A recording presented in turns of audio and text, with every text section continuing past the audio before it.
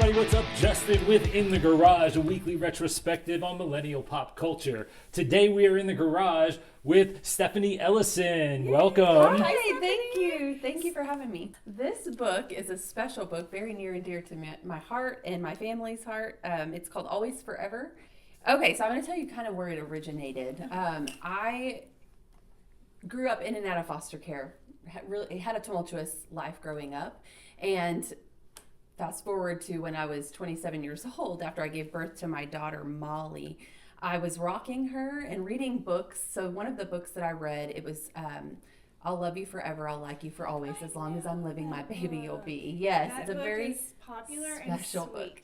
I remember I was holding my daughter and I'm singing kind of that little song that's in that book, and the depression, it hit hard. So for like 3 months, I struggled with that depression and that struggle. And then one day it kind of hit me and I just snapped out of it. And it was instead of focusing on what you didn't have, focus on what you did have. Because I also started questioning, well, what about the kids who grew up like I did? What is there for them? What kind of book out there could speak to them? And somebody who's maybe not their mom and dad, or they don't call mom and dad, can speak that message of unconditional love to them. What about them? And so I started the process of kind of taking this song that I'd written, and my husband was like, it needs to be a book. And it could be for all these kids who grew up like I did, and they're just being raised by, aunts, uncles, or grandparents, or foster families, or anybody who's taking them in and saying, hey, you're my baby. And so that's where it came from. Actually, it has the lullaby, so there's the QR code for the lullaby to go. That you made for your daughter? Absolutely, yeah. So you can sing so along with the book. Sweet. And then it's just a very simple message of unconditional love. It has actually, so something that you don't know about my story, but these are actually both of my brothers who both passed away by mental health issues. What I do every night, it's like a nighttime routine for us. I say always, and my kiddos say forever. You'll be my sweet baby. Always, forever, I'll love you like crazy. And it's just a thing that we say every night. And then there's also a heart search in the book. So every page has a heart. Yeah, that you can find. Some are hidden. That's so cute. Yeah, so I actually am in the process currently of writing a book called The Sweet Side of Bitter. Okay. And it's more of a memoir style book. And it's just kind of my life story and how I've been able to see the good through the bad in my life. So it's more about you. Yes. This is more about helping the kids.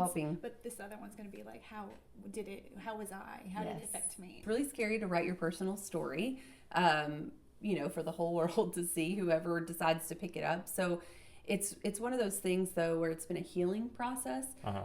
I actually have a disability, it's dyslexia and dysgraphia and things like that. So I have always struggled with writing and reading.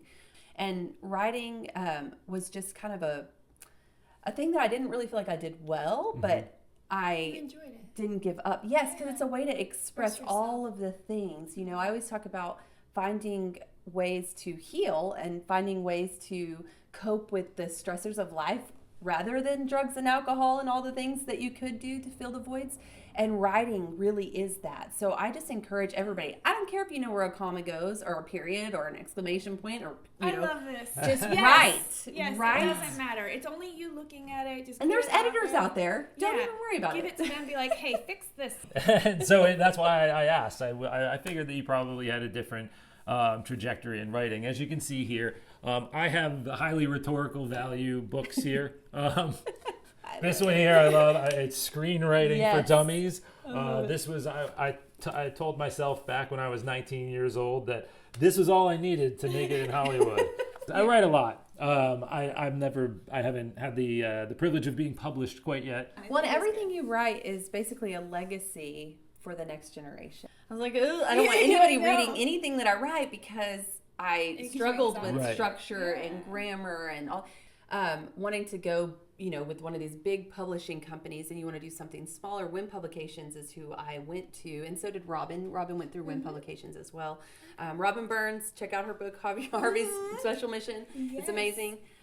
Is it out yet? Yeah, it's on. Yes, it's in the store. It's incredible. Oh, I thought it was supposed to be February. It is it was surprise. It came out early, and it is That's what I was phenomenal. Oh, excellent. What happened in creating this book and making it come to life was I wrote the words, obviously I had them all just kind of like in a song form. Well, then I took it and I made a, what's it called? Storyboard. And I wanted watercolor. I wanted to keep the original artwork for my own, whenever I go to events, I like to put up the original artwork so they can see it. It's painted by hand. It's just very special. It's a very special little book, and I hope it's special in your home. So we are going to play another parody. The last episode we filmed, we did a parody of The Price is Right. We are going to do a different parody, not The Price is Right. We're going to do something I'm calling In the Garage Feud, where we polled 100 people. You guys will then guess. You'll get 3 X's. To knock out as many of them on the board as you can. If you get all 5 answers, you're going to set the price point at $3. If you get anything less than that, it's $2. And if you don't get any of them, we're going to set the price point at $1. Oh. Now, we need somebody to give that money to. So we're going to give you the opportunity to elect a nonprofit here in Abilene. Well, nonprofit is? My nonprofit is actually called Simply Encourage. Simply Encourage. And who runs that? I actually am the executive director of excellent. You ready? Absolutely. You ready to play In the Garage Feud? I'm ready. Let's do it. Okay, so welcome everybody to In the Garage Feud. And I am your host, Justin, a sitcom that always seems to be rerunning on television. Fresh Prince of Bel-Air. Not in the top 5 answers. Seinfeld one? All right, is that your final answer? Oh, yeah. Final answer? Yeah. Yes. Okay, I know my next one. Woo! Stephanie. Friends. Oh. Ding, ding, ding. Yes! Number 2. Wow. 22. All right. Gosha, you got 1 strike. No pressure here. The Nanny. The Nanny. Oh, no! 2 strikes. I liked The Nanny. Oh, no. Okay. Golden Girls? Oh. Please say yes. No.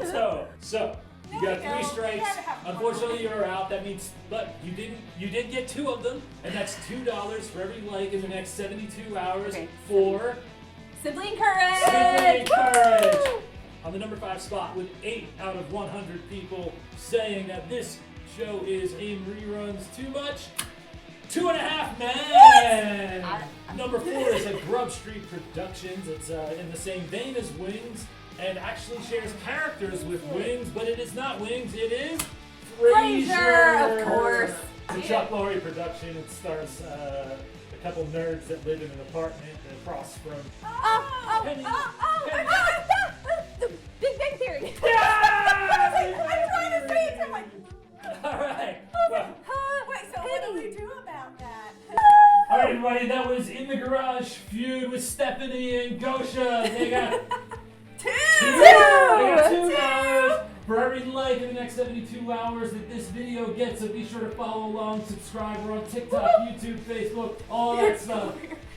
You're ahead.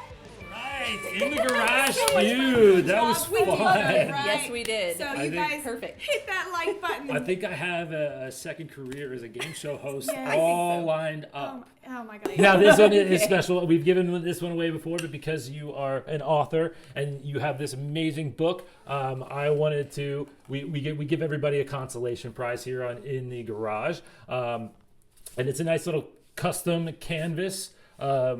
Photoshop work. This is Baby Yoda or Grogu for those out there who know his name. He's photoshopped onto Falcor from the Neverending Story. Yes. So this is for you, and hoping that your story is a never-ending one. So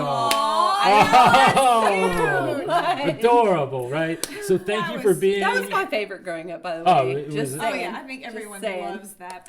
This is movie. the best. I cannot Well, wait. we're glad you like it. I'd love to give Timothy Palmer the opportunity to come and All right. Palmer. Timothy Palmer. Yep. Very cool. Well, All we right, can't we wait got to our have you. eyes set Are on you you, ready? Timothy Palmer. Yeah, are you ready to have some garage fun? Oh yeah, he is Right? the funnest. You will Yeah. love him. You Awesome. will love Well, we're looking forward to it. Thank you again, Stephanie, for being here on In the Garage. Is there anything else you want to leave our audience with?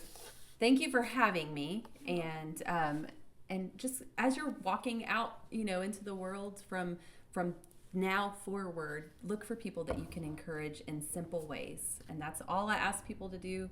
Encourage our community, encourage one another, have fun. I love this. Yeah. They know all about having fun. Don't be too serious. Just have fun with life and go out there and encourage people. Absolutely. Even if it's in the garage. Yeah. Yes. Well, Stephanie, again, thank you so much for being Thank you here. for having me. I'm Justin. This is Gosha. This has been In the Garage, brought to you by Astoria Media Group, and we are out.